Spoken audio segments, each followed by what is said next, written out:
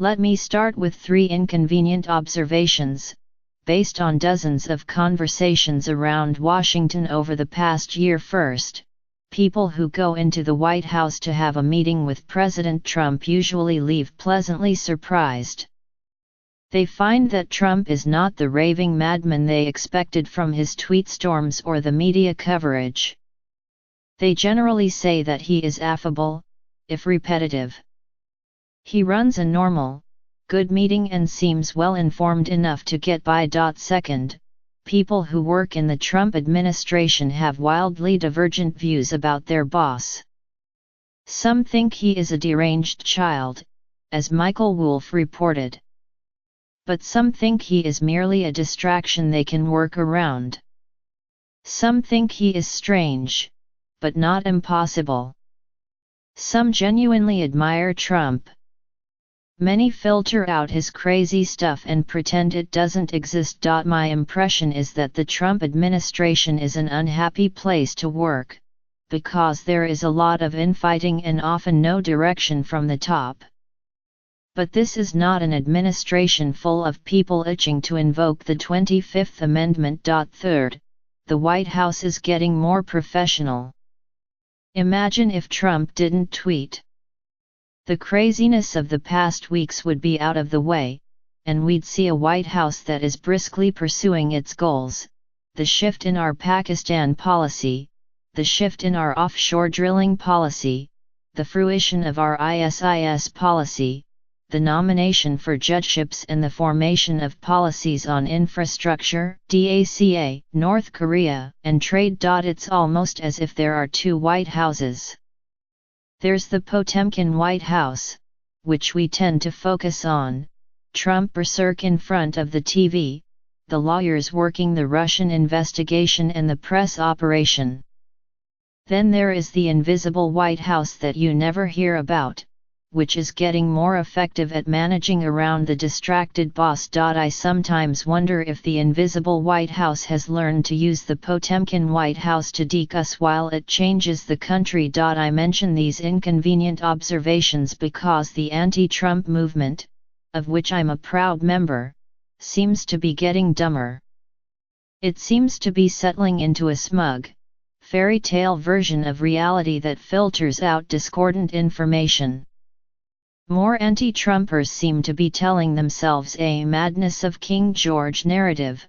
Trump is a semi-literate madman surrounded by sycophants who are morally, intellectually, and psychologically inferior to people like us. I'd like to think it's possible to be fervently anti-Trump while also not reducing everything to a fairy tale. The anti-Trump movement suffers from insularity.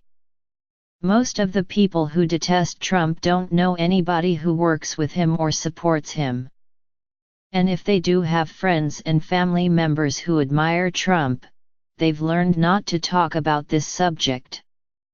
So they get most of their information about Trumpism from others who also detest Trumpism, which is always a recipe for epistemic closure. The movement also suffers from lowbrowism. Fox News pioneered modern lowbrowism.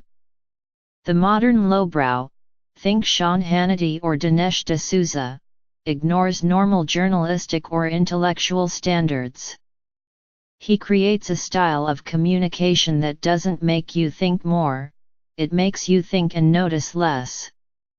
He offers a steady diet of affirmation, focuses on simple topics that require little background information, and gets viewers addicted to daily doses of righteous contempt and delicious vindication. We anti-Trumpers have our lowbrowism, too, mostly on late-night TV.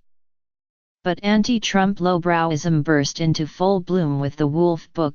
Wolff doesn't pretend to adhere to normal journalistic standards. He happily admits that he's just tossing out rumors that are too good to check. As Charlie Warzel wrote on BuzzFeed, for Wolff's book, the truth seems almost a secondary concern to what really matters: engagement. The ultimate test of the lowbrow is not whether it challenges you, teaches you, or captures the contours of reality, it's whether you feel an urge to share it on social media.